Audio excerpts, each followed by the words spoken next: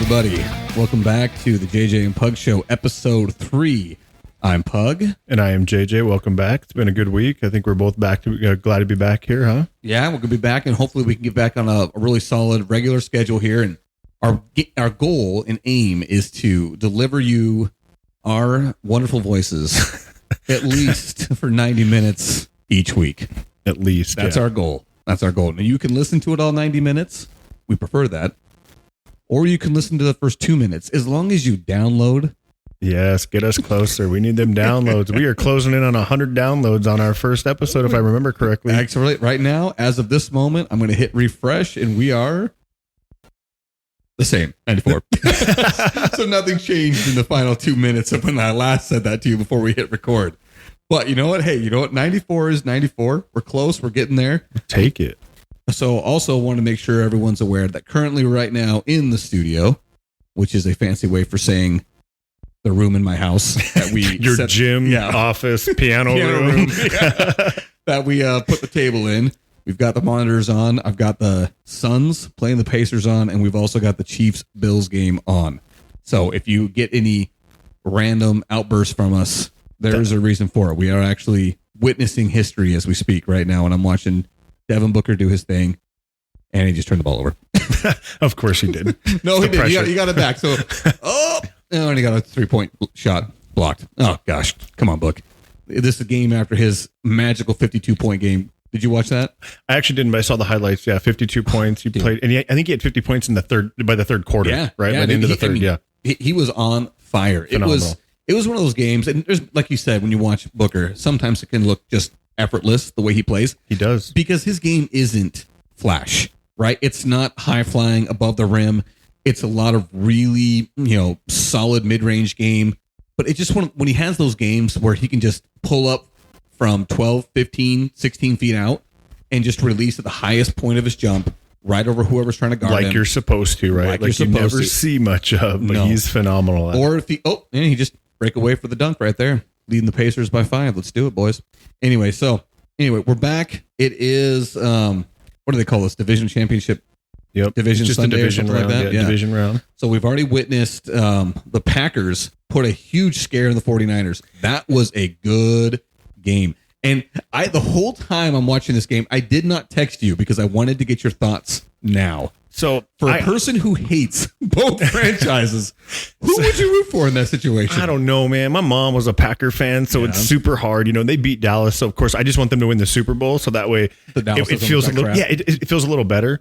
Yeah. But I also like Purdy, man. Like the fact that he's a hometown kid is just how do you root against him? It's impossible. You can't. So I don't know. I mean, I wanted a good game. I was really hoping Green Bay just snuck it out, but just to screw up the entire chaos idea of like, oh, the NFL scripted and all this kind of stuff, right? Because everybody knows if you paid attention to that, it's supposed to be the Niners and the Ravens, right? That's based on the colors. So and the Ravens did their part yesterday, and they did. So and the Niners, like you watch, Love throws that second pick. He's rolling out to his right. He's throwing across his body, which is exactly what you're not supposed to do. So you wonder, but I don't think he threw it on purpose. Like, I don't believe that for nothing. No way. He was doing everything he could. I mean, the game was, wow. That was great. In? Oh, yes, man. It's in. Wow. Perfect. What Josh Allen's coming to play, bro. Josh Allen is Superman tonight, dude. That was a heck of a good job. 3 total touchdowns now. Yeah. 2 on the ground and 1 in the air. That's amazing. Anyway, back to what we were saying about Jordan Love. I wanted to ask you this question. The Packers have gone from Brett Favre to Aaron Rodgers to Jordan Love. Is Jordan Love truly going to be the next great Green Bay quarterback? And has Green Bay figured it out? Are they the only franchise in all of the NFL that has figured out how to draft and develop a quarterback? Well, I think what they do really good is they take their rookie and they let him learn behind their veteran.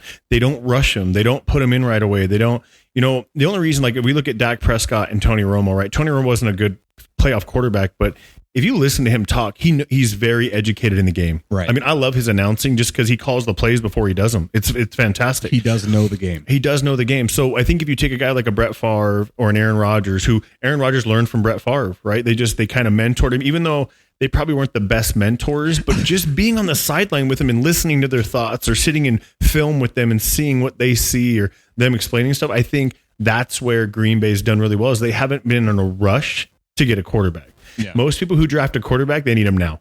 Yeah. You know, you saw that with like Niners when they had Trey Lance. And now they don't have him anymore, but they wanted him. They wanted him right away, and he just wasn't the guy, which makes sense. But yeah, I don't know. I will say this. The thing that I find so impressive with Green Bay is not only have they drafted these guys at the right time.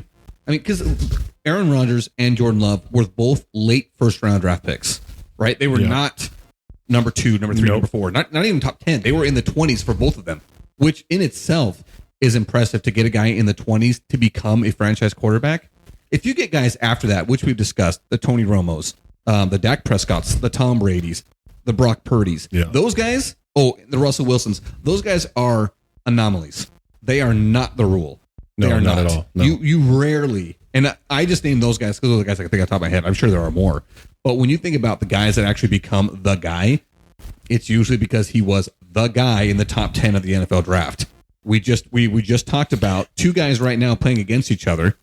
I think Patrick Mahomes might have been the 12th overall pick, 11th or 12th, because I remember the Chiefs traded up in front of the Cardinals to get him. The Cardinals were sitting back, and they ended up taking, Hassan Reddick at number 13 in that draft. So he was right outside the top 10 if he wasn't number 10. But it was a whole lot of talk at the time that the Suns were going to be the Suns. I'm watching the Suns right now. The Cardinals were going to be trading up to try and get him. But, Josh Allen was the 7th pick in his draft. So did you know Josh Allen? I just learned this week, but like he came out of high school with no offers. No offers. He hand wrote letters, 1,000 letters to colleges asking for help. And the only reason he gets looked at is because tape everywhere. Wyoming was coming to look at one of their receivers at his high school. And that was it. And they see this guy who's 6'5", 250 playing quarterback. And then they call him days later and like, hey, you're going to be the face of Wyoming for the next 4 years. Unbelievable. And now look, he's arguably one of the best quarterbacks in the league. Absolutely. Year after year after year since he's been in. He's phenomenal. And he runs like he's a running back. It's insane. And this guy didn't get any offers out of anywhere, but just by play. He had to go out and do something, and all of a sudden he just got lucky. Yeah, and that's the thing is when you say just got lucky. I mean, this guy. We've talked about this before when we were talking about Caleb Williams about like the amount of work that goes into being the guy. Josh Allen is, and I'll even say, well, no, Lamar Jackson doesn't fit this, but I'll explain a little bit why I'm comparing the two. Josh Allen was a guy, again, no offers out of high school. He did the leg work. He went out and got people to notice him. And when he got an opportunity at the University of Wyoming, which if any of you know is a nowhere school. Nowhere. There's nothing in Wyoming. Okay. Surprised you didn't use doormat. I very specifically said I'm not using doormat. So if you had doormat on your JJ and Pug Show bingo card, well, you just got it twice, but I wasn't going to do it organically. I only because it got called out. But anyway, University of Wyoming, it's not that it's a nowhere school. It's a Division I program, but it is as bottom a Division I program as there is. If you did not know this, if you go to do a geography class or anything to that effect, Wyoming has the least amount of people living in any state in the United States. That includes everybody, Rhode Island. Rhode Island is the size of like Phoenix, Arizona. Just Phoenix, not Phoenix and Glendale and Peoria. Just Phoenix. Just Phoenix. I mean, I'm probably wrong a little bit by that, but not by much. So there's nobody lives in Wyoming. Wyoming is a very, very small school. It is a Division I program, but he went there, and I believe that's probably one of the reasons why he really became so good, because the entire team rested on his shoulders. Yeah, it was all him. The big knock on him coming out of college was that he was inaccurate. And a lot of people, when they went back and said, well, you're just looking at the stat sheet. If you actually watch the game, most of the reason why his completion percentage was in the 50s is because he was drilling guys in the hands and they were dropping it. Yeah. And just throwing the ball too hard. And I was going to say, and some of that has to do with the fact that they're playing in frigid weather in Wyoming. And Josh Allen has got an absolute bazooka for an arm. The guy, it's crazy how hard and how far he can throw the ball with almost no effort and horrible footwork, too. That's just all natural ability with him. But when I was going to say, when we're going back to the Caleb Williams thing, the thing about Josh Allen is you don't ever hear a peep out of him of any kind of complaint. The guy is just grateful to be there. and wants to do everything he can to be the best player he can be, which is why I was bringing in Lamar Jackson. Lamar Jackson, coming out of Louisville, was considered, he would won the Heisman Trophy, which is the reward given to the greatest college football player of that year. So he's already won a Heisman Trophy to show that, no, I am a legitimate quarterback. And because of his unreal athleticism, it was always saying, well, if you draft this guy, are you going to let him play quarterback? No, you're going to have to move into wide receiver. He's way too athletic. He's not going to figure out how to play the NFL game. He doesn't have the mental fortitude. He doesn't have the arm accuracy. Well, guess what, guys? Lamar Jackson's going to win his second MVP this year. Yeah, for sure. Another player who just said, say what you want. I'm just going to come in and do my job. I'm just going to work, do my job, and I'm going to be the guy that I know I can be. So Josh Allen, Lamar Jackson, also two dudes drafted in the same draft class. And just, oh my gosh, you got to be kidding. Patrick Mahomes. He's just not right. Just hit Marquez Valdez-Scantling on a dime, probably for what, 25 yards, 30 yards, while climbing the pocket. Good coverage. They just the line does a great job of giving him time to make that happen. That is a long downfield route. But also look at him climb. Here we go. Evade, go. Off platform, boom. And most of the time, Scantling drops that. Yep. Most of the time, that's a drop pass. But anyway, going again to Lamar Jackson's credit, Lamar Jackson had won an MVP, the Heisman Trophy, coming into the NFL draft. He was the last pick in the first round of the NFL draft. The same year, Josh Allen went number 7 overall, a guy from Wyoming who'd never won a Heisman Trophy. That's just to show you how much people did not believe in Lamar Jackson at the next level. And again, he's going in for his second MVP, which is rarefied air. And he's not a typical quarterback in the NFL, not the successful type that you see that are pocket passers that create things when they need to. He does really good. He creates a lot on the ground by himself. But I think he had over 100 yards rushing yesterday. But I was going to say, but with both of those guys, because that's the thing with both Josh Allen and Lamar Jackson, they're both one of those guys that will create outside the pocket. And to both of their credit, as the years have gone on, as they've played, they've really learned the ability to be able to, also be playmakers from the pocket. It's just a real testament to how hard they worked. It also, as we're going back here and wanted to talk about Jordan Love and the Packers, it says a lot about how the Packers, like you said, they draft a guy, let him sit behind, and it's worked out for them because the guys that they've sat behind are all-timers. Right? Yeah, they're Hall of Famers. They're Hall of Famers, so they're learning from those guys. And whether those guys are good tutors or not, you're going to learn a lot from just watching what they do if you're in close proximity. So whether Jordan Love turns out to be the guy or not, I want to say that the Packers really have got something figured out here. And this is another question I wanted to ask. Was Aaron Rodgers holding the Packers back? Huh? Because they looked a heck of a lot better in the last 2 playoff games that they ever looked with Aaron Rodgers. No, here's what I think it is. The difference is with this is the youngest team on average in the NFL. Yeah. Right. If you look at their age, they are the youngest team. I think they just went in with nothing to lose. Okay. They went in with their foot on the gas. That's why they took the ball both games. They started with the ball when they won the toss. Most teams defer because they want the ball in the second half to start just in case they're behind to not have them, to get more points, to get some points there. So they're like, no, that the coach was like, nope, I want the ball. Like, I think that's why they were so good. I don't think Aaron Rodgers was holding them up. I just think it was a matter of a transition needed to happen, and Aaron Rodgers was on his way out anyway. And they just, in this particular thing, they stopped caring. Like, why? Nobody expected them to be where they're at. No. They were playing with house money on that one. Yeah, they don't care. The only reason I really asked that question is because I'd heard a lot of chatter.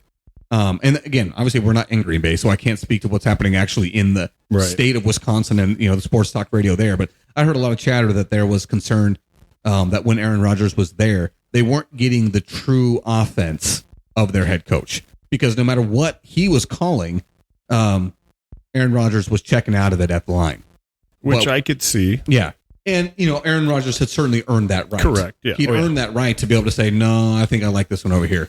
But with Jordan Love's like, hey, coach, you tell me what to do, I'll do it. Yeah. And it worked out great. Like I said, they were 9-8 on the season, so let's not pretend like they were world beaters. Well, I think they lost their first 5 or their first 5 of 7 or something weird, right? But then they figured it out. Right. They figured it out, peaked at the right time, started figuring out the game at the right time. And then, again, they took the 49ers all the way down to the wire. And the 49ers, supposedly they're going to win the Super Bowl. According to, the theory out there, it's going to be the 49ers and Ravens. Yep. So, anyway, if you don't know what I'm talking about, just look up NFL script and Super Bowl logos, and you'll figure it out on the internet really quickly what we're talking about.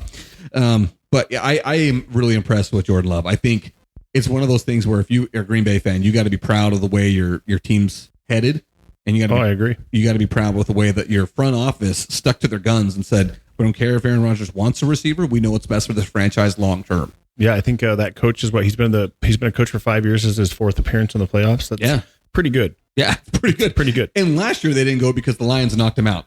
Oh, Casey just went up again. This is a great game, by the way. I know you guys aren't watching it. Well, you're not going to watch it because we told you to. Yeah. But when you start listening to this, it is a good game. That's how many lead changes we've had. It's been back and forth, back and forth. Bills Mafia is upset. It's all right. You got Josh Allen. It'll be okay. And it's only the third end of I think it's the beginning of the first or fourth quarter now. So yeah, you got time. This is good stuff. All right, man. Okay, so I know that we'd said we were doing this. We were going to jump straight into sports. We were going to try and talk about something else, but like I said, those are current. These are current things going on. They're happening at this exact moment. I wanted to tell you, me and Shalay started watching The Night Agent. Oh, what'd you think? I kind of like it, dude. I'm not done with it, so I can't speak a whole bunch, but so far, couple episodes in. I think we just finished the third episode last night. It was either the second or the third that we just finished last night. And for those of you who listen, this is what I called the night watch the first time we went over this episode, and I was corrected by my wife when I got home. So that was my fault. But The Night Agent, phenomenal. Agent, yeah, it's on Netflix. I'm liking it. There's a couple of things. Well, I guess I can't really talk about it until after we watched it. But you got to finish it. Yeah. There was a couple of things where I told Shalay, I'm like, if this happens, I'm gonna be so mad. And it happened. I'm like, freaking stupid. But you got to remember, it's TV, though. I'll after I finished it, I'll tell you what I mean, because they might be giving me a red herring and leading me down a different path of what I think is actually going to happen. So there's that. Are you watching anything that we talked about? Have you started Band of Brothers? So actually, I did. I looked it up. Okay. And I started to watch. So I saw what you said about how you liked it because they bring people from that time and they actually knew. So I did. I started watching. My kids are running around. Like, I feel like that's a show I have to pay attention to. You do. So my wife's not into war type shows, so it's gonna be one of those things I watch on a treadmill or something at some point. Oh, dude. So I definitely it's on my watch list for sure. So I've moved it over into that for sure. So you got to start it because the guys that they're interviewing are actual members of the 101st Airborne, right, from World War II. So these guys are not just veterans of World War II, but they are actually the ones where the show follows what their company did. And it's phenomenal. It's so good. Yeah, I fully intend on watching it. That's for sure. Okay. So I got to tell you about an experience I had, because we talk about this a lot, and I've been talking about this for a while. Because so your kids and my kids ages are different, right? Right. So one of the things that kills me right now with the kids that are 16, 17, 15, fashion. Oh. Okay. The fashion of these kids. Listen, if this is not generation copycat, I don't know what is. Now that makes sense. Now that makes sense, right? Okay, so I'm telling you, this has been going on for a while, right? All these teenage girls are wearing mom jeans that are high-rise hip things and they're bell bottoms because Lainey Wilson brings back bell bottoms. And my kids crack me up because they act like we've never seen them before. So right now, for males and kids in school, and there's like a group of them. My kids won't concede and say everybody's doing it. So it's a group of these kids, but what are they wearing now again? Baggy jeans, right? Super baggy. Particularly Jinko jeans and Tommy Hilfiger stuff, right? Yep. So I come out of I've got a pair from high school sitting in my baggy jeans. I love baggy jeans. That's all you ever used to wear. So I come out one day and I'm wearing them and they look like, Dad, where'd you get those jeans? I was like, my closet. Like, got them from 2002. Yeah, exactly. Step up. They were bullhead pants. They're baggy. Can't even find them anymore. So anyway, I'm at I go drop off some stuff at Amazon, right, at the Kohl's there in Queen Creek, and I walk in, and this kid, he's walking up, and he is wearing some enormous pants. Like, I'm talking right out of like NSYNC music video pants. And I'm like, hey, what kind of jeans are those? He goes, Tommy Hilfiger. And I'm like, where'd you get those? He goes, oh, my girlfriend got them for me for a Christmas, And I'm like, you guys don't even have your own style. You're just bringing everything back. Yep. And he goes, yeah, have you ever heard of Jinko jeans? I was like, bro, have I heard of Jinko jeans, bro? Let me guess, long pockets, right? He goes, yeah, they're crazy. The pockets are so big. And I was like, hey, how much you pay for those? And he goes, they were like $250, the ones I bought. I said, that's weird. I paid like $25.99 at JCPenney back in the day for them, dude. But it just blows my mind with fashion right now with these kids. Like, they don't have their own sense of style. They're just like, and it's not like, it's like the fad lasts only a few months or so, maybe a year. And then they move on to the next generation that had it before. So like, I don't even know where we're going to go next, but it just blows my mind, these kids. So my mom calls me up and says, hey, I'm getting rid of some of dad's old sweaters. And one of them was that I made for him when I was on my mission. I had it embroidered by somebody and I gave it. And she's like, do you want it? I'm like, no, I don't want it. You can toss it. I don't care. Another one was an old Phoenix Suns sweater. When I say sweater, I'm not talking hoodie, sweater, like a sweater. Right. Yeah. And I'm like, no, I don't want them. But Mom, you know who would want them?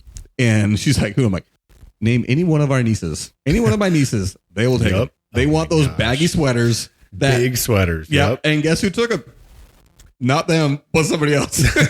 And I found it very funny. She's my sister, but not my sister, Lisa. Okay. But for the exact same reason, because that's what's in style right now. Dude, it's mom jeans and baggy sweaters. Like my daughter today was wearing a large sweater, like an XL sweater. She's a small, like she's 15 and she's tiny. Right. And I'm like, and you're wearing baggy high water jeans. Like we used to make fun of people that wore those kind of jeans. You're preparing for a flood? Yeah, stupid stuff. And these kids are just like, no, this is the style now. I'm like, no, it was the style then. You guys just can't figure out how to get your own. So you're just like, I'm going to take a little bit of everybody's. It's funny. So today I'm sitting in church and I see this girl and this guy come in. This girl's wearing, I'd say her style it's definitely not today's style, but I would say it's good. She looks good. The guy trailing her, iced tips. Oh, okay? Yes. Iced tips. And that guy sat with a hat on and the hair dryer on all the edges to get the wings. Dude. And he didn't even have like solid wings. His hair was barely long enough for it, but he was pushing it so hard. Frosted tips and wings. And I'm like, oh, dude. Okay. This is 2001 all over Full again. Confession, bro. Like I did this frosted tips thing when I was a freshman, right? Oh, really? Yeah. It was just the thing to do, right? Yeah. So my cousins, they put on this little head mat thing and they start pulling your hair through these little pieces. And I'm like, bro, I don't think this is going to go good. Now, mind you, I'm a freshman. Like I haven't fully grown yet. I'm in this like awkward freshman stage, right? Well, they mess it up. Like it doesn't look good. So I end up having to dye the entire top of my head blonde. And I had a bowl cut that was blonde and brown underneath, bro. Dude, probably not the best decision. That is a solid 90s look right there. Oh, bro, it was something else, man. That freshman year was rough, dude. Dude, that one cracks me up because when you say that, I never had frosted tips, but do you remember Sun-In? Sun-In. Oh, you don't know what that is? I don't think so. Okay, so I'm going to spend a week at Lake Powell with my cousin and his buddies, and they have the stuff. It's called Sun-In. It's basically just like a spray. Okay. You spray it into your hair. And if you're out in the sun a lot, it naturally will bleach your hair. So that's what they do. You should see pictures of me in 2002, baby. I looked solid. I had a puka shell necklace. Oh, I had the Sun-In hair. Yes. Dude, we all had those like sand dollar shell necklace things. Oh yeah. My gosh. It cracks me when I think back. I'm like, oh man, I've never looked so bad, but also looked so good in my life. Yeah, but don't worry. Now now it's like walking down 2002 again. When you see these kids in school, you're like, I don't understand. Like you see these reels come up and they're like 2002 or 3 back in high school. And I'm like, yeah, it looks like you're walking down a normal, like Queen Creek High right now. Because that's how half of them dress. It's crazy. By the way, Buffalo just made a huge mistake. Went for a fake punt and got stuffed. That's not good. So that is not going to work out. They're going to pay for that. Yeah, that's going to be it's going to be pretty rough there. But yeah, dude, I'm 100% with you, man. I make fun of it because I've got, I don't know how many nieces and nephews I have anymore. That sounds calloused, like I should know that. But I know that my mom and dad have over 50 grandkids. Yeah. And so I honestly lost track. We're at like in the mid 50s, I think, at this point. Wow. That's a lot. Yeah. So, but they're all over their age, all over the age scale. I was going to say, my oldest one, I want to say he's in his mid 20s. He's got 2 kids. So my mom and dad have 2 great grandkids. And so, yeah, there's ages up and down the line. And Isaiah Pacheco is out of control. Yes. Out of control. Good for him, man. Somebody should tackle him. Dude. He does. He runs downhill and he runs angry. Dude, he stomps the ground. Like, dude, he is trying really hard to make some divots with those he cleats. Is running through trauma for sure. Yes. Oh, good. Amari Stoudemire callback there. But anyway, I remember one of the things that got me back in the day when the new hairstyle first started coming out was how they would, like, I don't know, guys would tease the front of their hair so it got all big and poofy at the very front and it would come down and like cover their eyebrows. I'm like, doesn't that annoy you? Constantly your hair in your face. Like, if you don't know what I'm looking at, look at a picture right now of JJ McCarthy, quarterback of the Mission, well, former quarterback of the Mission Wolverines.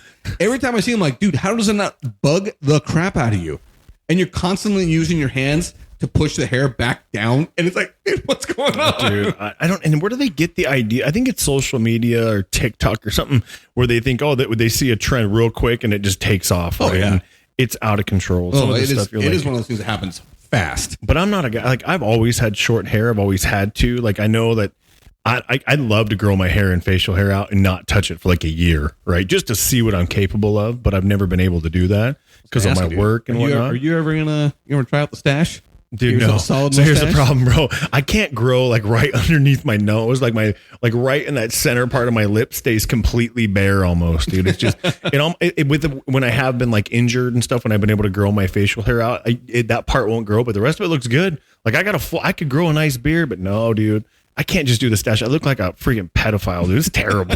Look like I drive a windowless van or something, dude. Like, it's not gonna happen. I'm like, no, I better not, dude. I want to see this. I want you to give it a shot, dude. Man. I want you to give it a shot. Mustache May's coming up, right? Maybe then. Did Mecole Hardman just fumble that ball? I don't know. If he fumbled that ball, that's a huge break for Buffalo. They might have it went to break, so they could have. We'll check that out. We'll let you know after you already know what happens when you listen to this. Yeah. We're going to give you a live update of it. A live reaction. All right. So one of the things you have on here that I don't know what it is, men handshakes. Oh, bro, this is another thing that happened to me. So this happens to me all the time, right? At some point in our age group, right? Because I feel like if you're a Gen Z, maybe a little bit older, when you meet another guy or when you see one of your friends, the handshake is simple. It's the traditional handshake. Okay. Right. Like, hey, buddy, how are you? And this, why I bring this up? This happened to me today at church.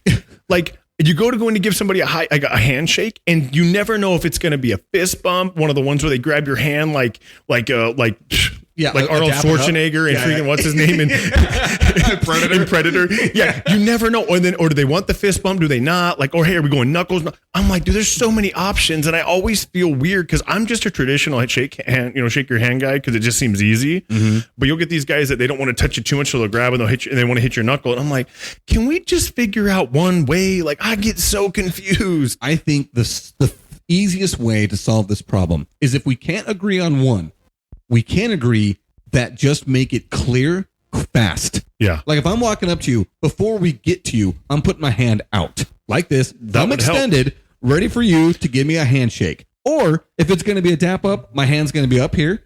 Again, thumb extended so that you know it's not a high five like this, right? Hands curved a little bit. So it's going to be. He's currently demonstrating this for me right now. Yeah, I'm giving him a visual. So, hand curved in just a little bit for a little bit of a, hand clap. There we go. Yeah. Right? Or bones. Something. Closed fist, ready to go. I'm almost just ready to skip it all and just go in for the hug, bro.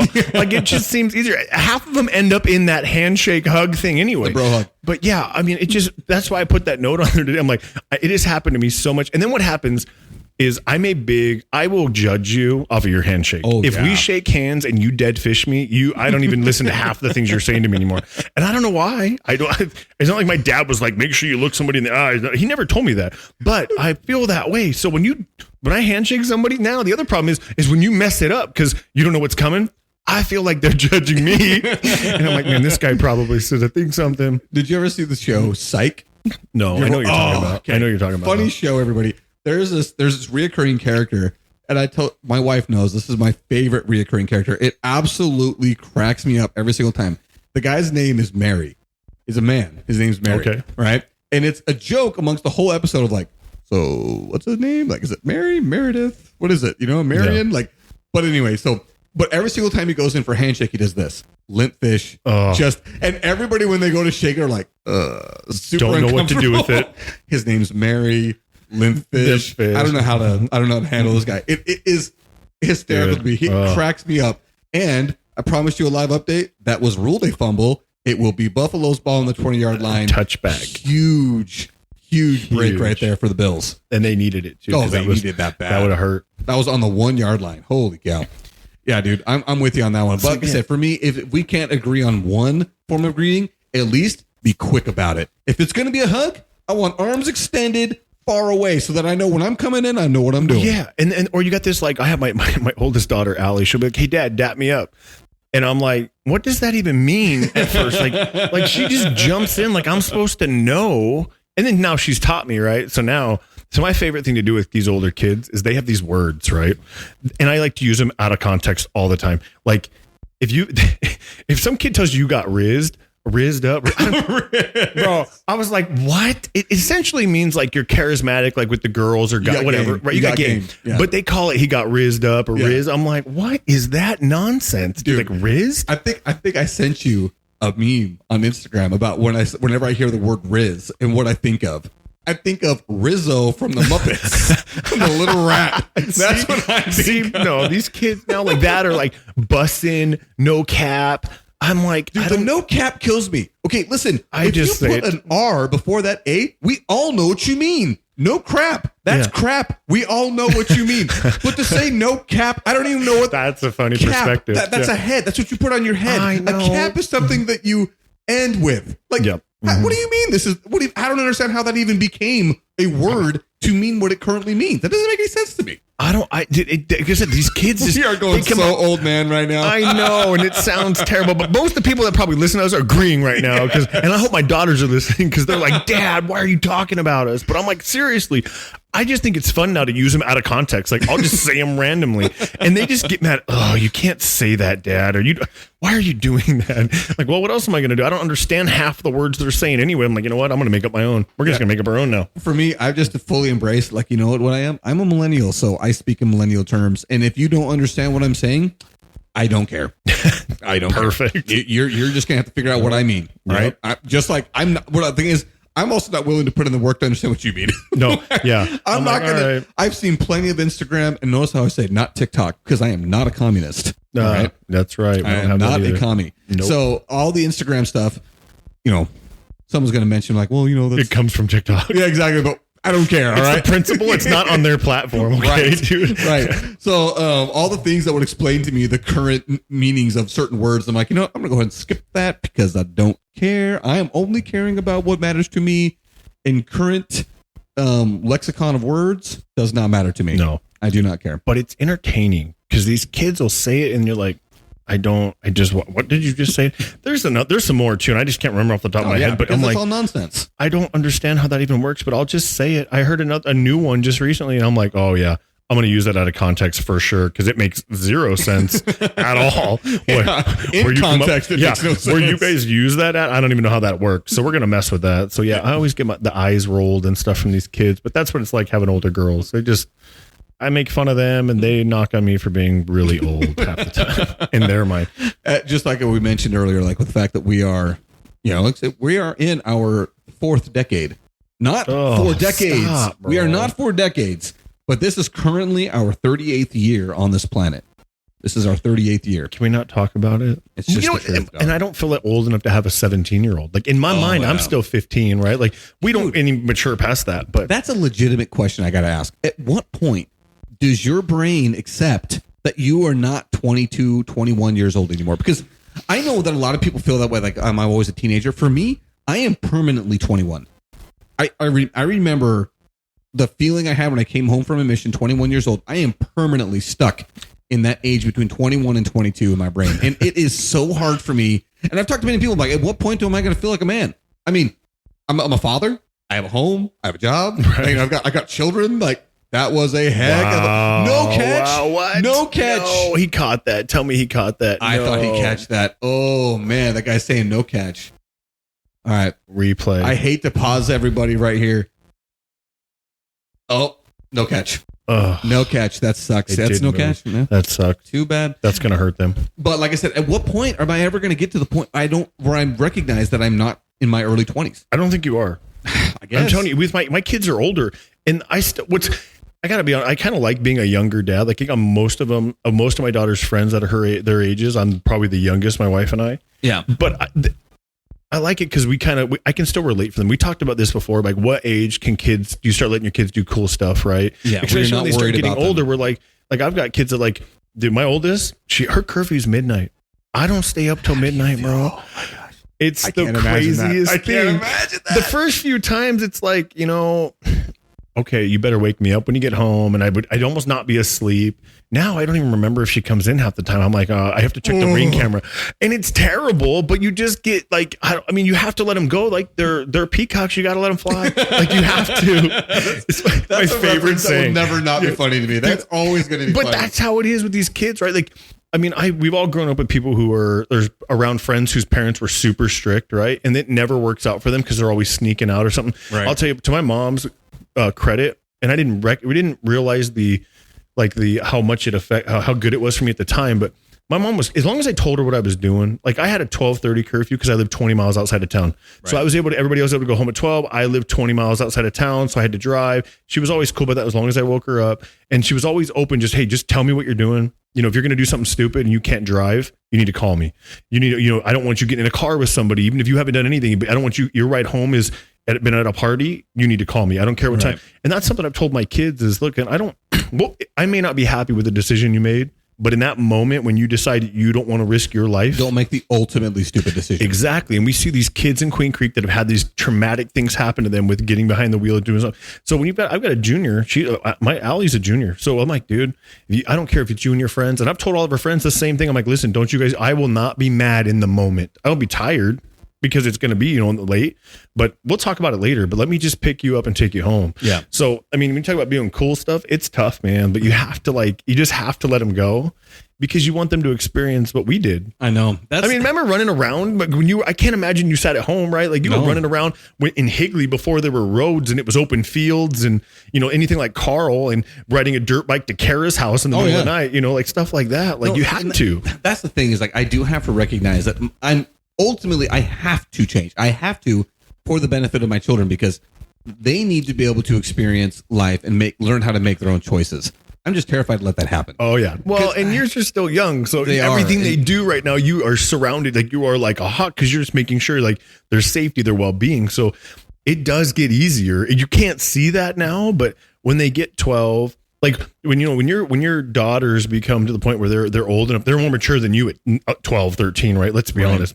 My kids are way more mature than I mean, they'll tell you that I'm the biggest child in the house. Like I'm my wife's biggest child, but that's what I get for living with a bunch of women, but that is what you get. Yeah, it's just what I have to deal with, but that's just how it is. You just got to let it happen, man. And it is easier as they get. I never thought I would be easy about it, especially when they start dating, right? First homecoming date or whatever. You're like, oh man, dude, here we go. Like, how do I want to be? Do I want to be the strong, silent type? Do I want to be the scary type? What do you want to do? Cool dad. But then at the same time, you're like, dude, I don't want to embarrass my daughter, right? Yeah. So I remember when Allie went to homecoming. This year was her first year going to homecoming. She's a junior. Kid comes up, knocks. I open the door and I walk outside and I shut the door. And I did it really just to make my daughter upset. But I was super nice to the kid. I was like, hey, look, I just want to make sure you treat her right. This curfew's whatever. And like, I understand. And she opens the door. Allie, what are you doing, Dad? I'm like, shut the door. Like I'm just going to talk to the kid. Dad, what are you doing? I'm like, shut the door. So I turned to the kid. I was like, hey, I'm really doing this just to mess with her. But I know how you feel. Like my wife had 4 older brothers waiting for me when I picked her up for homecoming or prom. Yeah. It's terrifying. I made somebody come inside with me, because they were all, one of which wanted to kill me, bro. He did not like me because he thought I was some kind of crazy party kid. And now he's one of my favorite brother-in-laws because we both were in the same kind of work. But anyway, my point with these kids is you have to let them go. And you just have to, at some point, there's nothing you can do to stop them from doing anything, right? Yeah. They go to school for 8 hours that you know of. Like you don't know that they're really at school, right? No, that's true. So you have to trust them. I wasn't at school all the time. So you just have to let them go and just think, okay, well, I've raised them right. I've given them a foundation. They're going to make mistakes. I just hope they're not too bad and we can get through most any mistakes. So. Yeah. And I know this is really unfair but it's just the truth. I know that the way I treat my daughters versus the way I treat my son are very, very different things. And I tell my wife, it's not because I'm being like more strict with my daughters. It's because I know what it's like to be a boy. I know what that's like. You know what they're thinking. I know what they're thinking. Yep. I know the mistakes he's going to make. I know the thought processes. I also know because Benton's a lot like me. My son's name's Benton. He's a lot like me in a lot of ways. And so I understand a lot of some of the thought processes he's have, even more so, other than him just being a boy. Yeah. So I am a lot harder on him than I am on my daughters. And she's like, you're just being so mean to him. I'm like, But it's because I know, like with my daughters, I don't know what's going on in their brains. I don't know what it's like. They don't know either, bro. Yeah, well, like, let me tell you. But it just shows to show that my wife is that way with them as well. Like she's more strict on them than she is with him. No, yep. And it just has so much to do with like, and so the thought of allowing my son to do stuff is a lot easier than it is for me to allow my daughters. And I don't know, hearing you say that you just get to the point just makes me like, I guess it's going to happen. You just have to swallow it. It's hard, but you just have to get there because your kids are want to go to, like we had rules, like we wouldn't let them stay the night places and stuff like that. Cause I just don't believe in if you stay the night somewhere, you got some weird uncles and some weird cousins. You just never know what's going to happen. You never know. You never know. But they get to a certain age where you're like, hey, you're 15. Like you should know, right? What's going on at this point. And even then, if I told you no, like if I had one kid that wanted to wear something, right? And my kids are pretty good about what they wear. They push. I got one kid with really long legs, so it's hard to find shorts that are really manageable. But I know if I told her, no, if I jumped down her throat for that, what's to stop her from going and putting them on at her friend's house? Like that's the young part of me that still knows, like, hey, these kids are going to do it anyway, dude. You might as well know about it. Now that takes me down another avenue that I want to go on. One of the things that drives me absolutely bonkers, the hardest thing for me to accept, are parents that don't recognize that their kids are not perfect. Oh, that is one of my biggest pet peeves. It drives me nuts because I just want to scream at them like, do you not recall yourself at that age? Right. Okay, your kid is a good kid. Not saying it's a bad kid. Right. Not saying it's a bad kid. But do you think that they are incapable of misleading you? Oh, of course. Are they incapable? Yes. They absolutely can. Absolutely drives me nuts. We talked about this a little bit when we were going to your daughter's soccer game. The parents in the stands are screaming at the coach, blah, blah, blah. Obviously, we have our opinions. But at the same time, it's like, is it possible that you don't know everything going on? Is it possible that you have this super biased opinion of how perfect your child is, which there's a heavy dose of sarcasm because absolutely you are biased about how great your kid is. And is it possible that that child is not telling you everything that's happening during practice? 100%. That stuff drives me nuts. And when I was dating, that was actually one of the things that was like a huge red flag to me. If I ever met a girl whose parents were that way, I was like, I'm not going to be a part of this. Yeah. There's no way. I don't want to be a part of this at all. Because I feel like my parents were always very aware of all of their kids' shortcomings and mistakes and not going to hide it. Like, oh, nope, that's your struggle. That's what you have to deal with. You have to fix that. And I remember when I met my wife's parents for the first time, that's when I'm like, oh, yep, 100% in. These are great people. Because they have no illusions that everyone is perfect. Right. And because they're realistic. We understand that, we made mistakes at that age. Our kids are going to make. They're going to. That's a part of life. That's what happens. It's kind of how you learn. Yes. We don't learn by being perfect. We learn from mistakes. Yeah. And just the belief that your child could never make a mistake is so damaging, not just to that kid, but to other children around. Because then they never feel like that they can trust that parent because they'll never believe our side of things. Did you ever see the show? Oh, my daughter watched it all the dang time. Seeing Red? About the red panda? Is it Disney? No. So again, the age difference in our children. Yep, I'm like, your kids aren't watching this as mine are because this is, So anyway, it's all about this Asian family they have some curse upon their family that all the women will turn into a raging red panda when they get their period, right? Pretty accurate from that. There's a bunch of women, let me tell you. So we call it Shark Week, but it's fine. It is what it is. But it's a cool one because they legitimately transform into a giant red panda, right? And I thought it was a pretty cool show.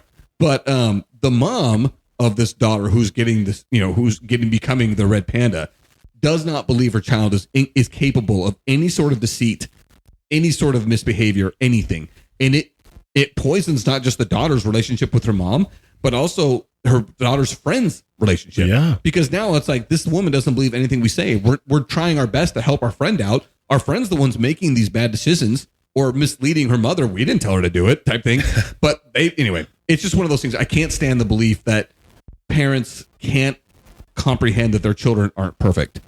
Doesn't mean that you can't love them. Yeah. But they're not perfect. Well, and so it seems as if there are a lot of parents who like to just they'll take their kid's word over a teacher, over a police officer, you're like, okay, listen, your kid is 12.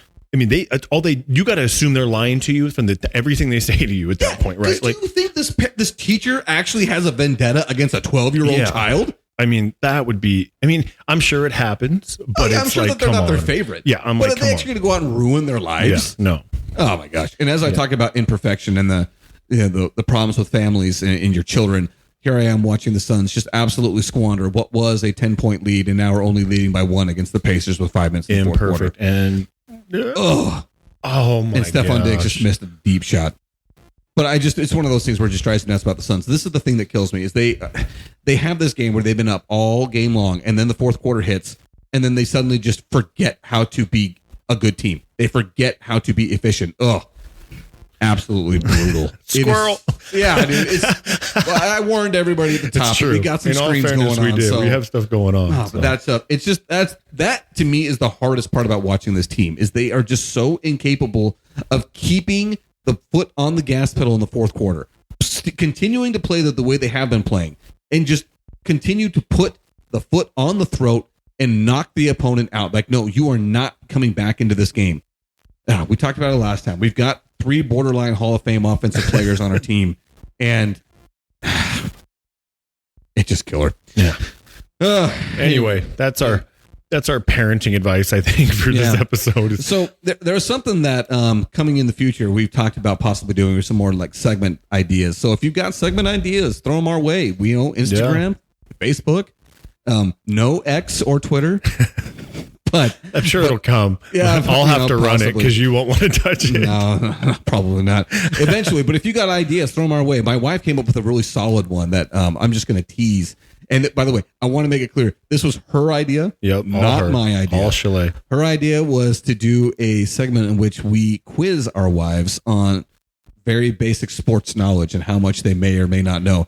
Now, it was my idea to call this segment mansplaining, but just making it aware that was an idea. The other one was possibly talking about some like past old movie reviews where I give Jason a movie to watch and or TV show, and he does vice versa, and we give each other a review of what we thought the movie is all about, but not something new.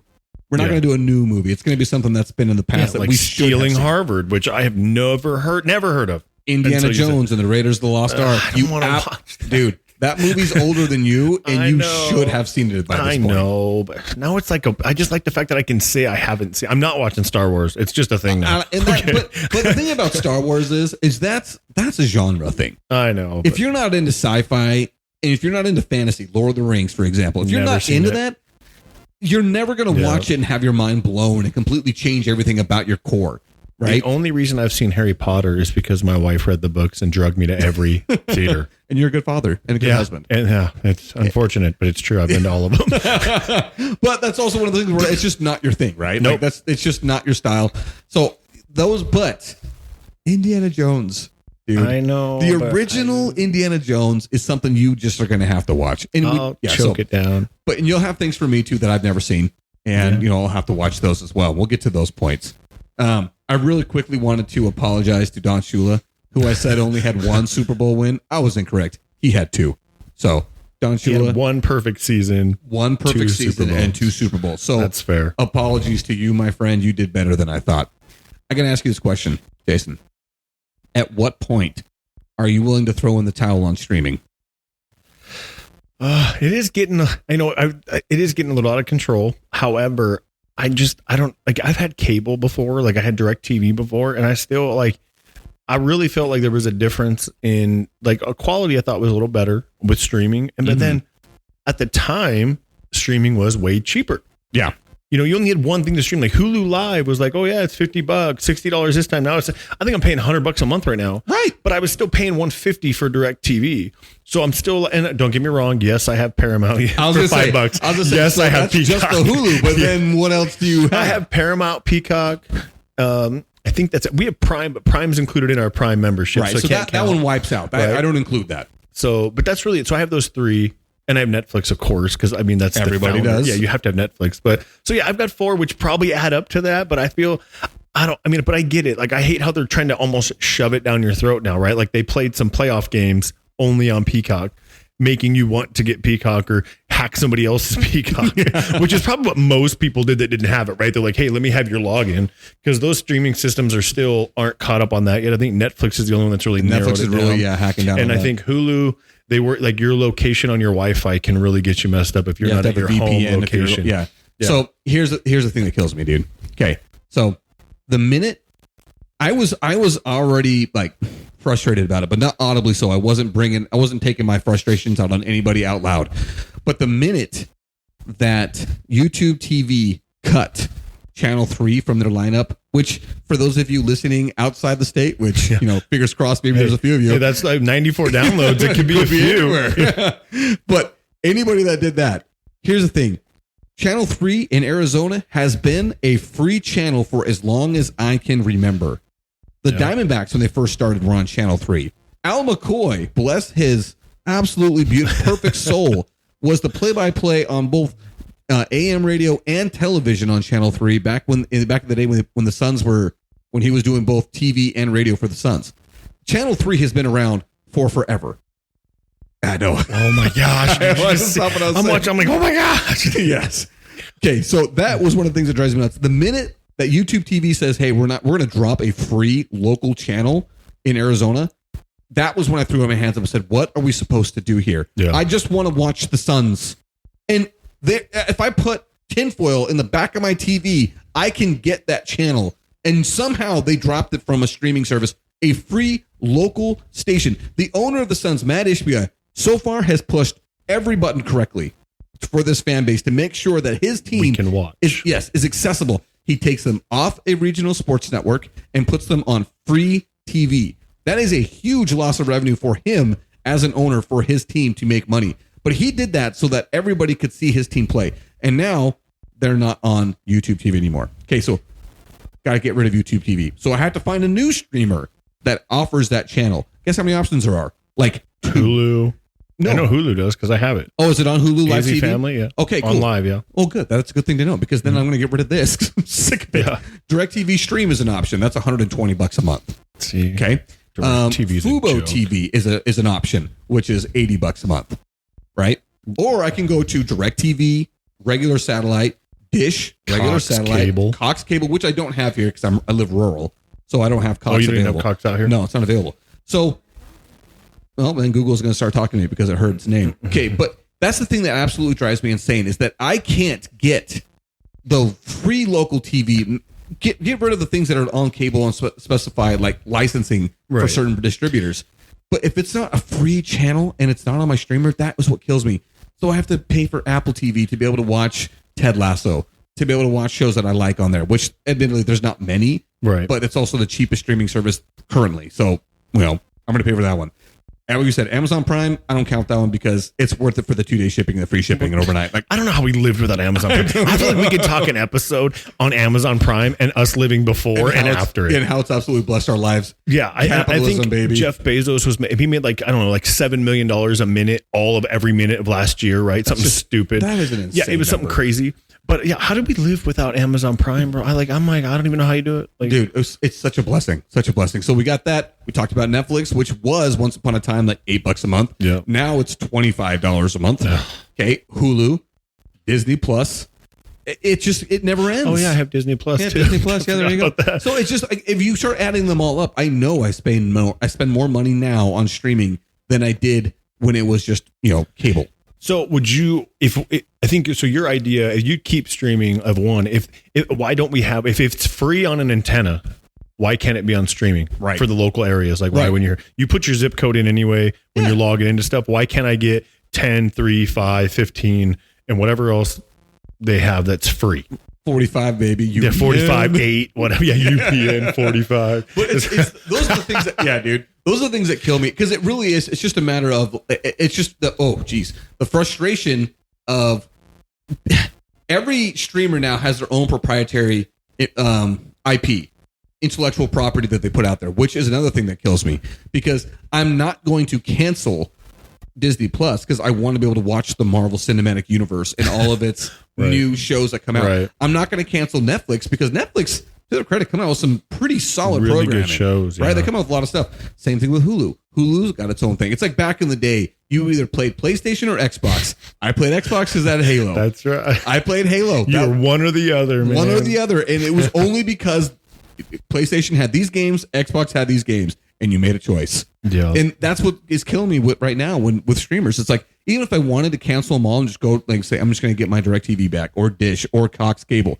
if it was available, I wouldn't do it because a lot of the programs we talk about watching today are on all these different streamers. Yep. So, I mean, streaming is, as much as it's become like the bane of my existence, you can't give it up. It's the only thing I got. You're not going to stop paying. Like, we want to complain about it, but they're not going to fix it. They're not going to lower the price, and we're still going to pay. And they're definitely not going to aggregate where they're all becoming one again. Oh, that's not happening. They're going to continue to separate. It's going to get even crazier in that regard. So that's the thing about streaming. It's really killing me, but I probably just going to have to accept my fate that this is what it is. It's not going away. Nope, it's not. And I think it's going to eventually push out satellite and all that. Quite honestly, I think you're going to just be streaming. Yeah. And that's probably the truth. I got a question for you, man. Did you see that clip of Jason Tatum getting called for a technical? I did. And this is where, like, I'm curious your thoughts, because we think very differently on a lot of things, but I can argue both ways. But here's the thing. In that particular play, I think it's total crap. Absolute garbage. Because there's a player next to him when he's trying to protect himself from falling. Like, even if there wasn't. Okay, here's the thing. I am very passionate about this one. And I'm going to have to, like, slow my heartbeat, make sure I speak evenly, because I know that when I get excited, I will speak very quickly. Like an auctioneer over here. Go. Freaking auctioneer. Yes. I look at this and say, I am watching entertainment. Yeah. Entertain me. Right? You seen Gladiator? Are you not entertained? Yeah. Right? Right. That is how I feel. Like, I am watching the NBA. When I see Jason Tatum go throw down a hard dunk, and he's going to raise himself up on the rim and kind of, celebrate how awesome and dominant he just was, I got a problem with it. So, but the problem with that play was he wasn't doing that. That's why I feel like he got that's just a ref with a ticky-tacky whistle. Like, come on, man. And so this is that. I don't want to segue into sports quite yet, but celebration in general with sports has almost gotten out of control. And it's like, see, this is where I'm happy. I'm happy we have differing views on this. So I understand the emotion that goes into sports. I played sports all of my life until I was an adult, right? And even some after high school. And you still play now, but now it doesn't matter, right? Who cares if you win, lose? My point, I get celebrating, but this idea that has come out is every time you see somebody score a touchdown on like an interception or something, the entire team goes and gets in front of the camera. I can't help but think of your own boy, Larry Fitzgerald, right? Boy, man, when he scored, what did he do? Hand the ref the ball. Because why? He acted like he'd been there before. That is the phrase. Act like you've been there before. Here's the thing. I have no problem for players that want to act like they've been before. No problem. Respect even. Because as we said, Larry, he is the Arizona GOAT. Yeah, for sure. And I am even saying that when I refer to him over Randy Johnson, right? Yeah. Paul Goldschmidt. I mean, I'm talking about guys that were true greats. Larry Fitzgerald is the Arizona sports GOAT. That is my statement right there. And Josh Allen, dang, you just missed that touchdown. That was the touchdown right there. Just lost the game. You think I lost the game? I think it's still tied. You just missed an opportunity on 2nd and 9 to make a wide open guy in the end zone. I don't know, dude. What's crazy? Oh, he got bumped. That's what it was. He got hit right as he threw the ball. Watch this. Chris Jones comes in here, knocks Dawkins right into the back of him. Just hits him right as he... Just enough to be able to knock him off. Take it off. Oh, okay. But I look at it and say, if you want to look like you've been before, like Larry Fitzgerald, who, again, is the greatest Arizona sports athlete we've ever had, that's awesome. Respect. But if you want to be Patrick Peterson, if you want to be Des Bryant, T.O., Allen Iverson, Chad Johnson, anybody, name anybody famous for celebrating, I am 100% on board with that, because you know what? This is entertainment. I know. Entertaining. And that's what it comes down to, right? But for me, the entertainment happens when he makes the touchdown. I agree. And I'm okay with spike the ball, dude. Like, show emotion. Like, it's an emotional thing. I can't speak for some, soccer, some of these other sports I haven't played like that, but football is aggression. It is emotion, right? Like, you are mano a mano, like you are going. So I get it. Totally get it, right? Or if you want to dunk with authority and rip the backboard down like Shaq did, I get it. And right? flex. And the whole way back. I get it. But it's like, at the same time, there's a part of me that's like, dude, you act like you've never done that before, and it was your first time every time. And I don't know, like, oh no! I told you. Missed the field goal. You. Oh, no. I'm sorry. I totally derailed you. I cannot believe he missed that. That is live right now, people, for us in the studio. That is a real reaction. Oh. Bass just missed a game-tying field goal with 1:40-something seconds left in the game. And they only have 2 timeouts. Oh, just wide, too. Just pushed it. And he's pretty good, too. Dude, that's only a 43-yarder. We're not talking 55. Oh, he's like, I pushed it. Oh, geez. They're going to go out. Look at that. Okay. Chiefs are going. Oh, every Bills fan, listen. Holy Coughlin, if you're crap. listening to this, you and your family, I'm sorry, bro. I am like, so sorry. You're about the only Bills fan I really know that gives a dang, bro. like it's bad. Oh, I can't even imagine. I didn't want to text him. I'm not going to text him. I'll talk to him tomorrow. Oh, man. I can't. I am so sorry, Buffalo. If Kansas That City hurts. gets one first down, This is it's over. There's no way. You have the Kansas City Chiefs, Patrick Mahomes and Kelsey, and Pacheco running the ball. Look, dude, it's not gonna Oh, happen. no. Then he got 9 yards on the first run. Told you. I can't Pacheco believe it. running dirty. He just pissed. Yeah, nothing you can do. This is Buffalo, over. I am so sorry for you. I was rooting for you. I really wanted you guys to get over the hump this year. I really wanted. I They wanted, lose again. dude. I wanted a Detroit Buffalo Super Bowl. That would have been to me Oh, just awesome. such great. Awesome. Nostalgic for all these fans that have just rode it out forever. Yeah, but like imagine how like much peace would come to those fan bases. Oh, for sure. Even if you lost, you went to the Super Bowl, man. It has been so much pain and anguish for decades. Hey, now it's going to be the Now it's got to be the Ravens and the Lions. You know what? I'd be fine with that. I would too. I'd I be want fine with that. the Lions to get in. I would 100% be on board Team Lamar Jackson making the Super Bowl. But it's also hard for me to root against the Chiefs. I mean, it's just the truth. I know that probably people are kind of like getting to that dynasty sickness syndrome, the way people got with the Patriots back in the day. But I look at the Chiefs and think it's just really hard to hate them. Here's why I hate them. I'll tell you why. It's the only reason, okay? Because I respect their game. And it isn't even their fault. You know what? I blame the news or the broadcast people because every time Travis Kelce does anything, they show that wonderful singer whose eyes are too far apart, Taylor Swift. Every time in her emotion. Okay. So listen, I'm just saying, like, we don't care when anybody else scores, when Pacheco scores, when Josh Allen scored twice. You don't show his girlfriend or wife. Don't show her.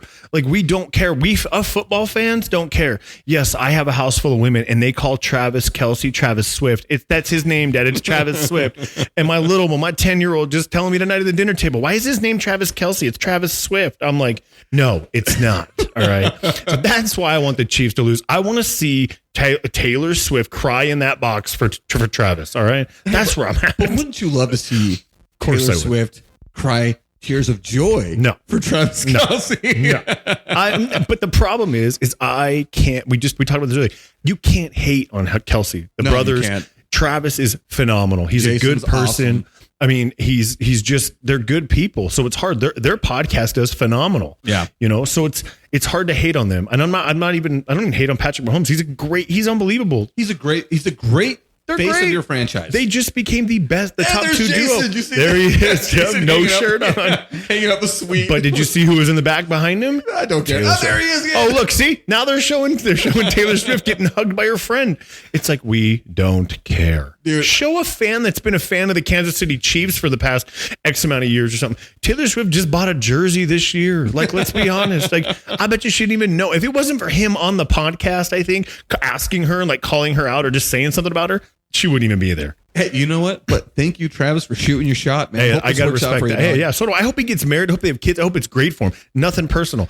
I just don't want to see her on the show. Like, the NFL just wants those Swifties to tune in. They want the ratings. Yeah, but that's what they want. So now you and I, who've been fans forever, have to pay more to go to a game because of the demand for them. Yeah. Like, it's marketing. I get it.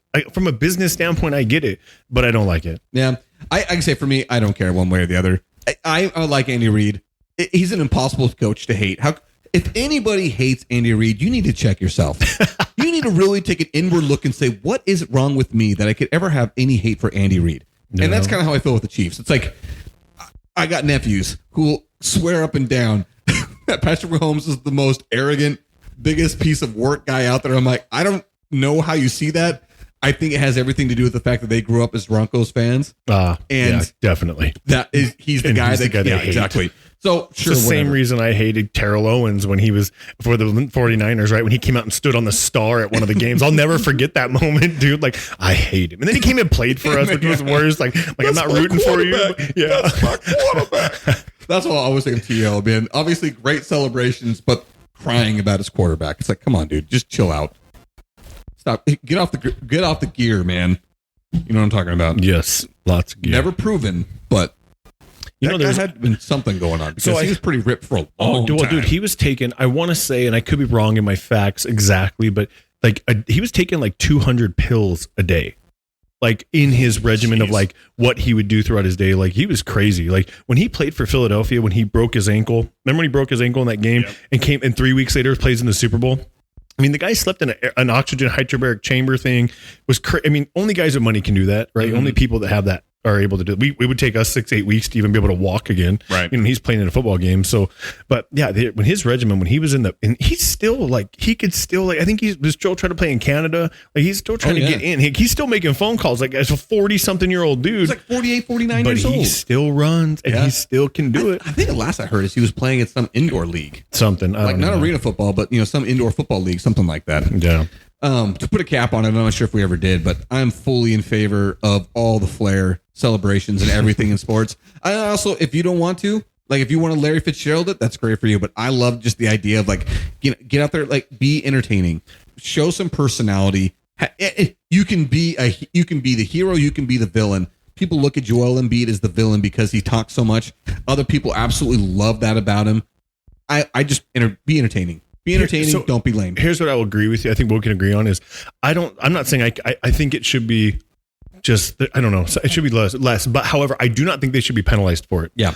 That's what it comes down to, right? Like, why are you penalizing somebody for showing the emotion to do it? Like, what are you, like, it's like you're robbing them of that moment. And really, in the NFL, like you score a touchdown and you penalize them on the kickoff. All the kickoffs go towards the back of the end zone. Yeah. Like, what are you really doing? You're just wasting it at this point, right? I think I've seen one kickoff actually get returned, and that was yesterday. And I can't remember which game it was. Yeah. Where it was like a solid return. I think it was the Ravens Texans game. Yeah. Oh, the Texans had the touchdown. It was a punt return. I thought. Yeah. No, that was the punt return, but there was actually there was a kickoff return that went really far too. Oh, that was the Lion. That was the Packers 49ers. That was that game. Oh yeah. But it was one of those things where like that's the first time I've seen one actually of any consequence. So penalizing on that doesn't make any sense. But here's an example of what I'll say. What we need more of personality. One of the things I think that drains baseball of its fans is no personality. Blandest of bland dudes play the game. It is pretty bland. Yeah. If a guy celebrates after hitting a home run, he's talked about as breaking the unwritten rules. Oh man, that guy, he's showing up the pitcher. What was the pitcher do when he strikes that guy out? Shows up the batter. It's like, dude, flexes or something. You know what I mean? Like just primal scream and yell. It's like, dude, let that guy bounce a bat off the ground. Like I love that stuff. I absolutely love it. I think we need more of it, especially in baseball. I'm okay. Oh, baseball definitely could, and that's why I'm okay with the celebrate. I just particularly like it to be a little humble about it, right? Like in certain moments, I mean, you score a crazy game-winning touchdown in a Super Bowl, freak out, totally get it, man. Like that's a once-in-a-lifetime opportunity. But like, I don't think they should be penalized. If you're down 34 to 15 or 14, and you scored that touchdown in the final 2 minutes, right? To put you up at 20 to 34, right? Yeah, that's when it's like, okay, maybe you shouldn't be celebrating that. No, a certain time, but. To circle back to Jason Tatum when he gets teed up on it for hanging on a rim to avoid getting hurt, that's just nonsense. Yeah, and I even look at it and say, even if he wasn't, it was nonsense because if you want to look up that play, it's all over Sports Center, Instagram, things like that. It was one of those things where I'm like, dude, he hung on it for maybe an additional second and a half to pull himself up, stabilize himself so he could drop. Yep. It's a safety thing for sure. Exactly. With his case was not anything with excessive celebration or nothing. It was simply for safety of him and the other player. Mm-hmm. And the ref cheated up so fast. It was like they were looking for a reason to just give him a T real quick. Yeah, I thought that was absolute garbage. But you know what, everybody? Celebrate. Have a good time, baby. Have a little fun with it. Cool in the gang. But act like you've been there, But just act like you've been there. But do it a little bit of everything. A little bit of everything. All of it, all right? Maybe not run with your entire team down in front of the camera when you get an interception that was thrown to you and not the guy. Like when a quarterback screws up and you're sitting in the window and the receiver's not, you didn't do anything. Yeah. You sat in coverage like you're supposed to. You simply didn't drop it. Yeah, you simply just caught it as a DB, which that alone is an impressive feat because most of them are receivers that can't catch. So you know what? Like that's like just not run down like you did something impressive, you know? No, I'm with you on that one. The turnover celebrations on defense have gotten a little out of hand. So I'm with you on that one. I think that one's probably a little bit much there. All right. One of the things we talked about, we said we'd want to talk about long time ago was bucket list items of places to go or want to go in Arizona, since we're both Arizona natives. My number one place that I tell everybody, if you're in Arizona for any amount of time, that you have to go see, you have to go to Havasupai. Yeah. I've never been. Oh, Jason. I've tried to go, and there's permits, and it's a lottery. You can sneak down, and you can take all that. Back in the day, I think it was easier, right? You probably did it when you were in your teenage years or something. No, maybe I did it. Okay, we were talking about that permit age. I did it when I was 21. There you go.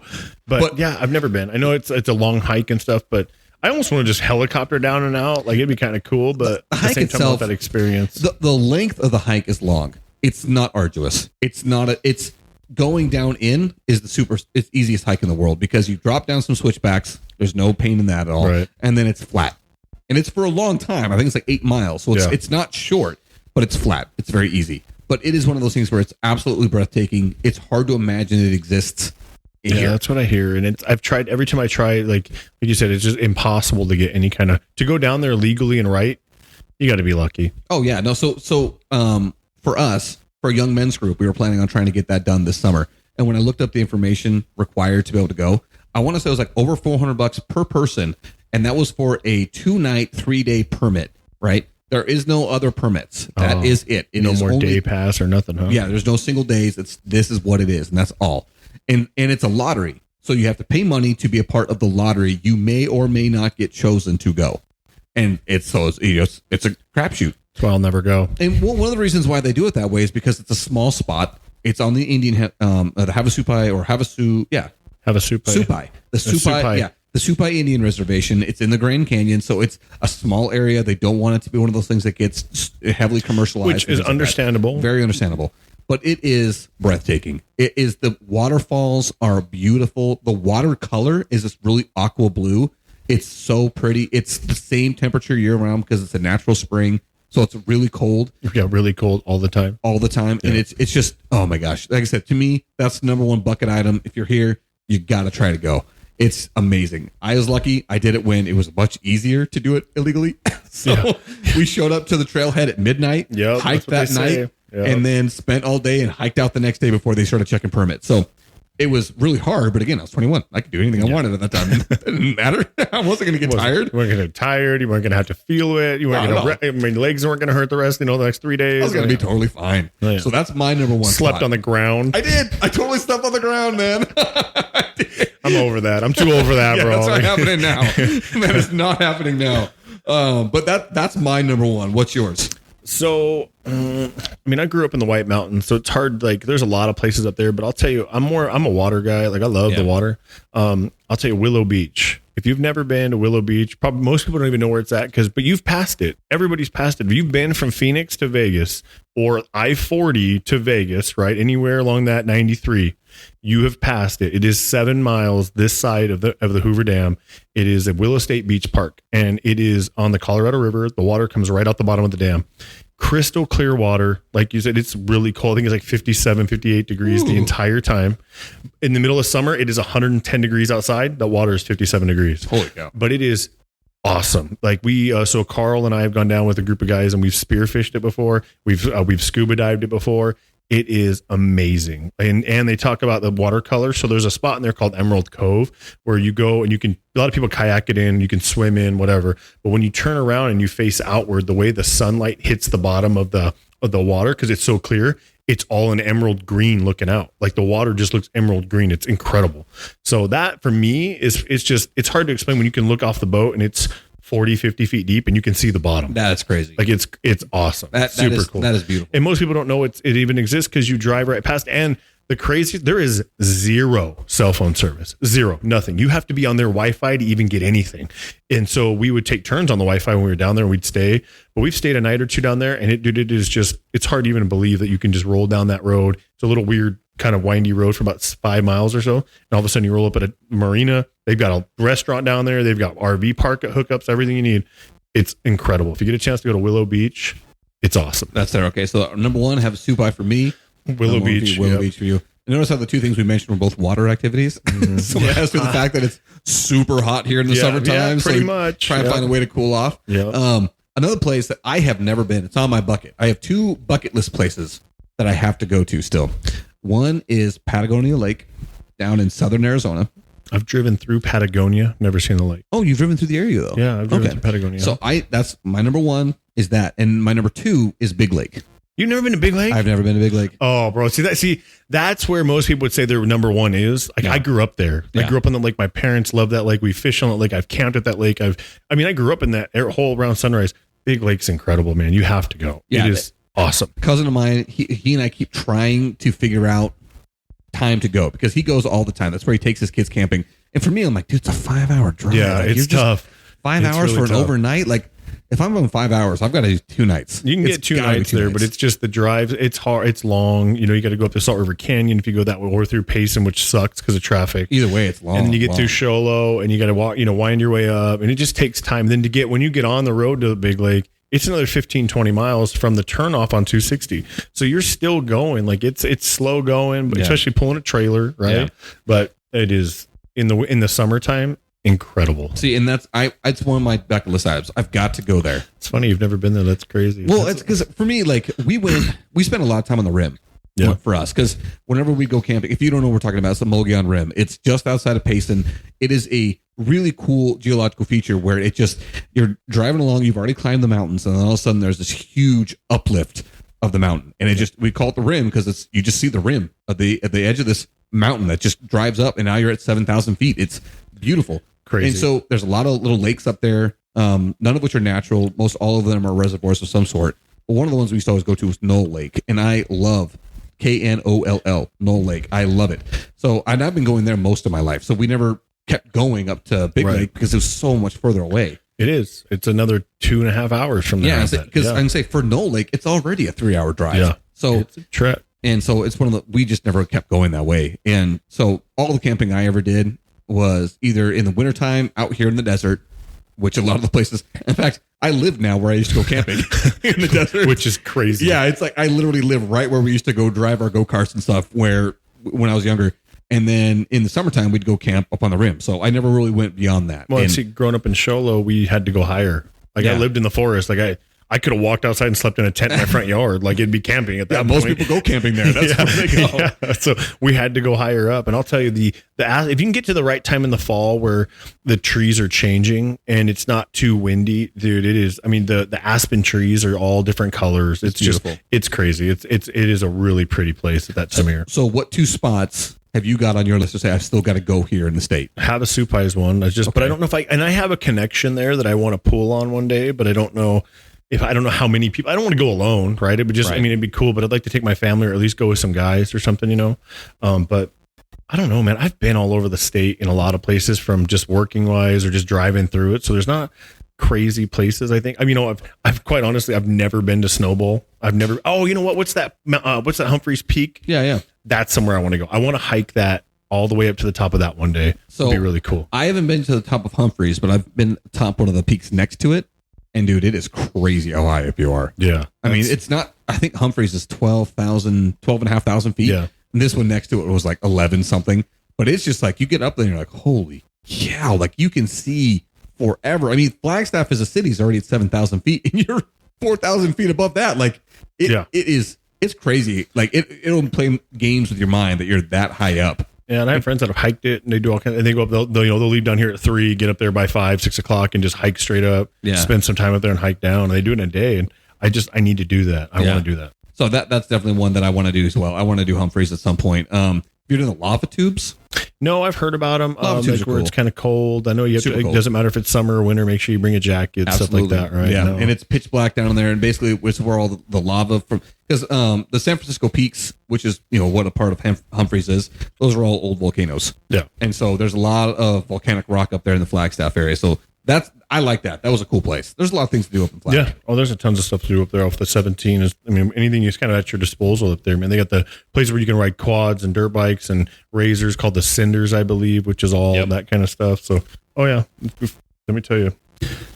Flagstaff's a place where it's funny is people love to go to Flagstaff from the valley. Yeah. I never went to Flagstaff as a kid. Yeah, that makes complete sense. Yeah, For me, we didn't go to Flagstaff either because I lived in the East Valley of Phoenix. We went to the Rim.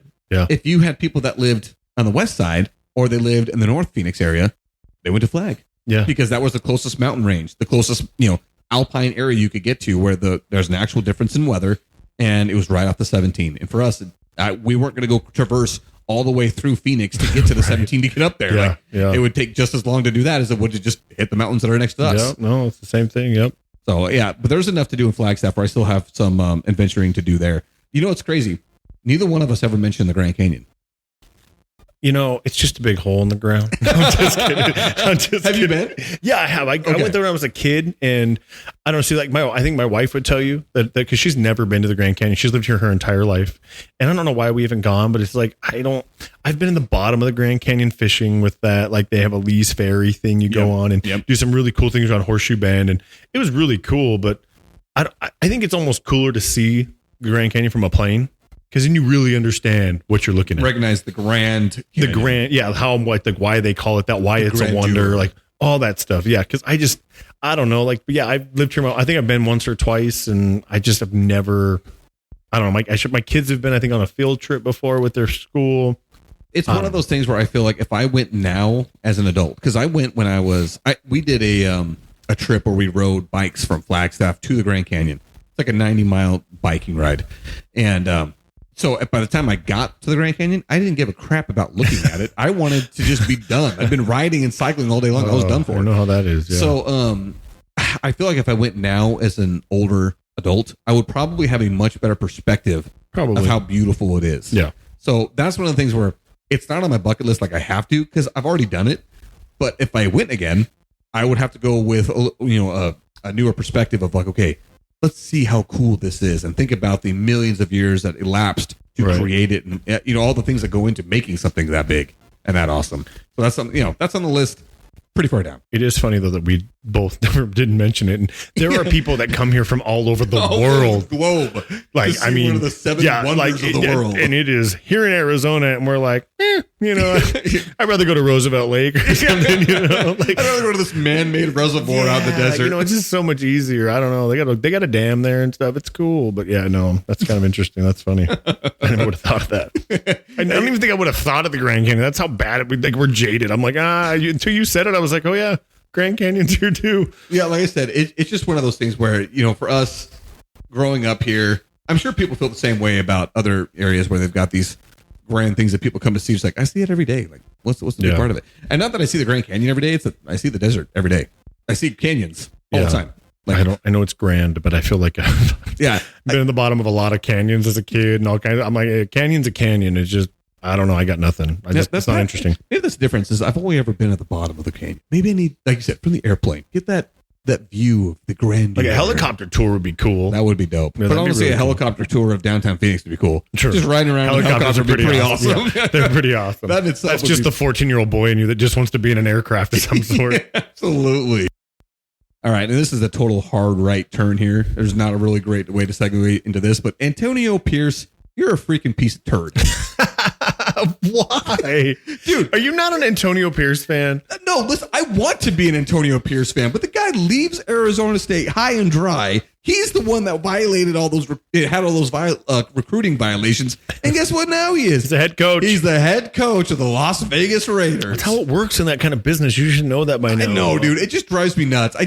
Because the thing is I want to like Antonio Pierce. When he was supposed to be the next head coach of ASU, I was like, okay, yeah, this guy can do it. I think this guy can do it. And I'm not wrong, because guess what? He's going to be doing it in the NFL. But it just drives me nuts that people can leave a program in college in disarray and in shambles and find a better job. Yeah. And it does not affect them. Her net words. He is living the I just saw him today on the ESPN, the ESPN countdown, the Sunday countdown. He's living it up. Yeah. Now he's at ESPN. He had that TV job. It's a great job for him. Antonio Pierce, I'm going to move my way right on up to the head coach of the Las Vegas It's all Raiders. about opportunity, buddy.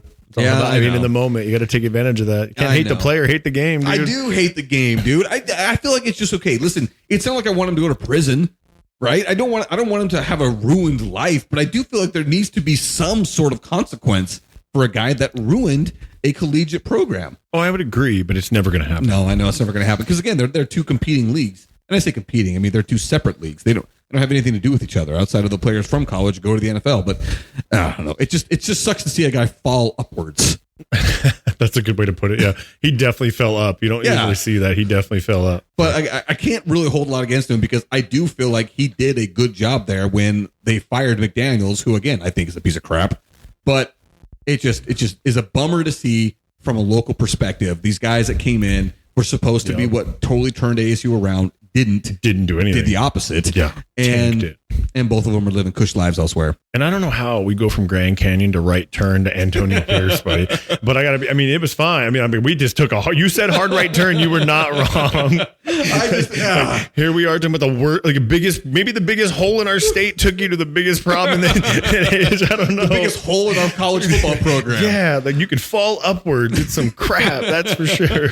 I just had to get it out there because we're just about done here. We got a couple minutes left, and I didn't want the opportunity to dump on Antonio Pierce to leave me.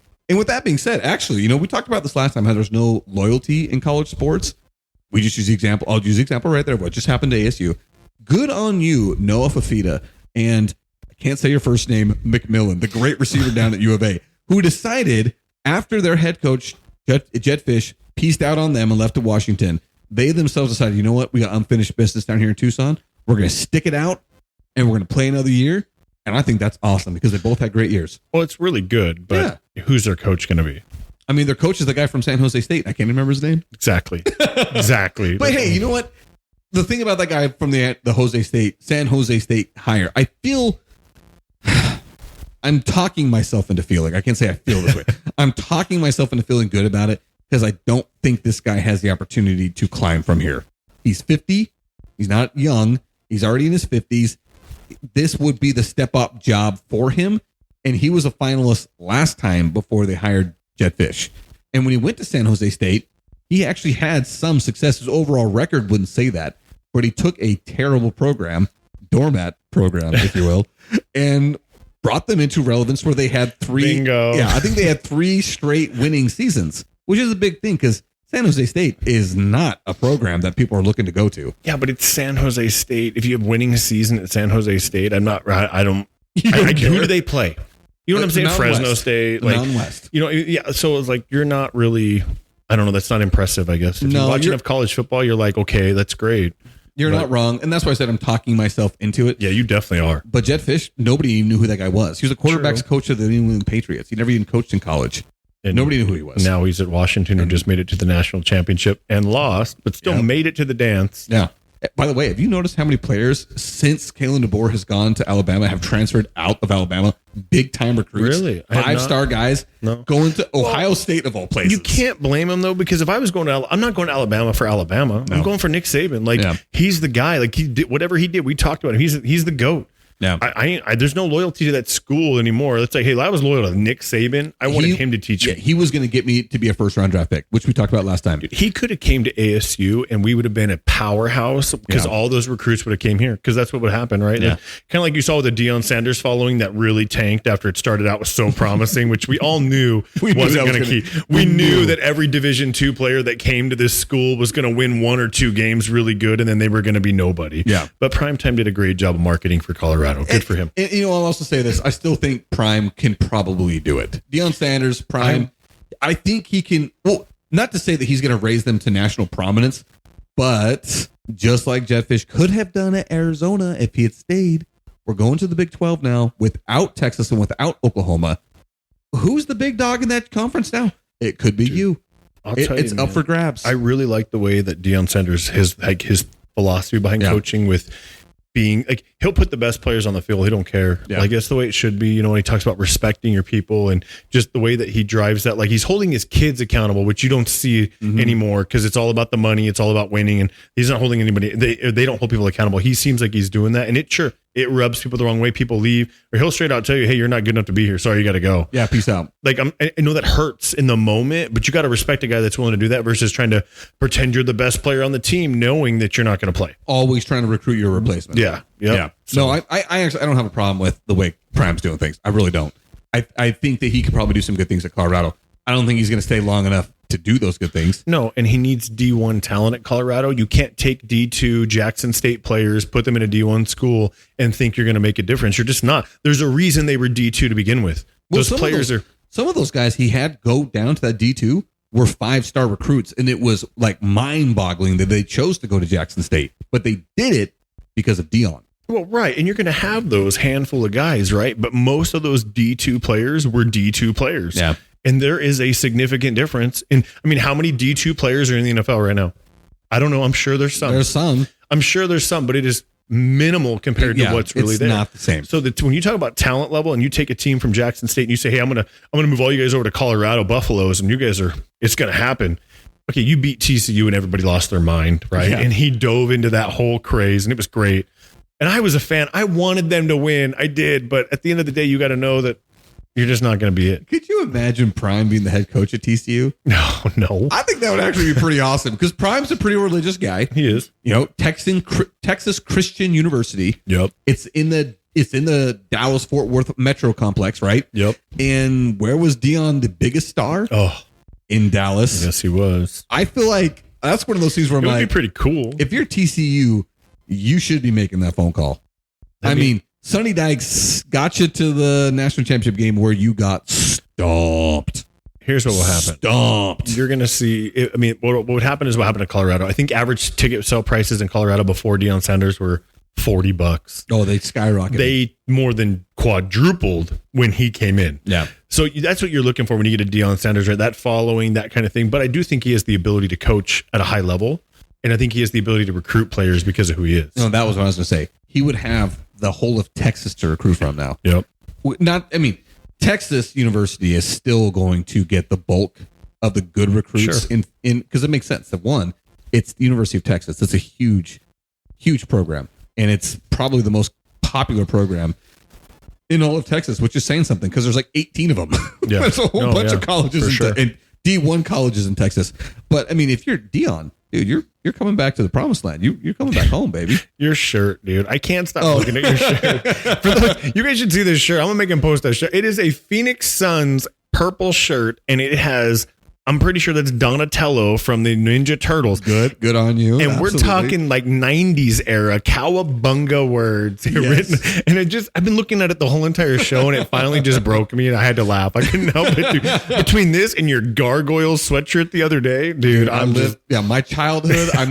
No one's childhood was better than ours, man. It's true. These were the classic cartoons. Oh, it's great. I remember playing the arcade game all the time at the bowling alley. Cool. Oh yeah. All right, so yeah, this is probably going to be the picture that we post for this episode right here, which is probably a great way to wrap it up. I mean, yep. We've got you now we've had you for that 90 minutes, and we appreciate you listening. Yeah, you've been around the whole time. I hope you enjoy what you got going on. We're just trying to mix it up a little bit, add some more things. We're very sports heavy, and we know that, but we want other people to be interested. So again, if you've got something you want to hear us talk about, or maybe you want to know our take on something, shoot us a message. We'd love to talk to you about it. And I told you, Bowen, I would bring you up. And just for the record, Bowen, if you knock on the Cowboys again via text, dude, I'm going to come through the phone. Just so you know, bro. I saved it to the end, but I told you I'd get it in. I'd also like to let you know, Bowen, I got your back. You have no idea how much crap I send him as well. There's tons of Cowboys hate coming from me to him. It's been 2 weeks. Can we let it go? Like, I'm already, like... It's never just letting it go. Just some random text from Bowen about hating the Cowboys. I was like, listen, bro. Okay, I have to mention this when you're talking about Bowen. I have to mention this. Somebody out there's Business Time movie is your all-time favorite movie, Top Gun Maverick. Yes. And if you know what I'm talking about, Business Time, I mean Business Time. That's the movie that gets played. I think it's called Mattress Mambo in some places. So you know who you are. Good on you. I hope I didn't embarrass you or get you in trouble with the wife. But you know I think what? it's funny. That's pretty awesome, It's man. pretty great. That is a loud enough show. I mean, unfortunately, yeah. I mean, I think we've all got our own. I mean, I'm sure. I wish mine was as cool as Top Gun. Yeah, Maverick. Top Gun's pretty legit. Like I think the problem is I'd be distracted. I think, dude, listening to that show, I'm like, wait, what part is that? Oh yeah, I know. No, yeah, it'd be bad. Hold on. That's my favorite part. Wait. My kid. That's terrible. All right, everybody. Well, we appreciate you listening for the last little bit here. As Jason said, if you got anything you want to hear from us, go ahead and make sure you reach out to us on Instagram, Facebook, and shoot us a message, and we'll try and get it out there. Also, If you got any friends or family you think would enjoy listening to this, we'd love to see that download number go from 94 on the first episode to cross the century mark. That would be pretty awesome. So go ahead and share that if you can to all the friends and neighbors that think you might want to listen to this. So, all right, like Fat Kids in Dodgeball, we're out. Stay fresh, cheese bags.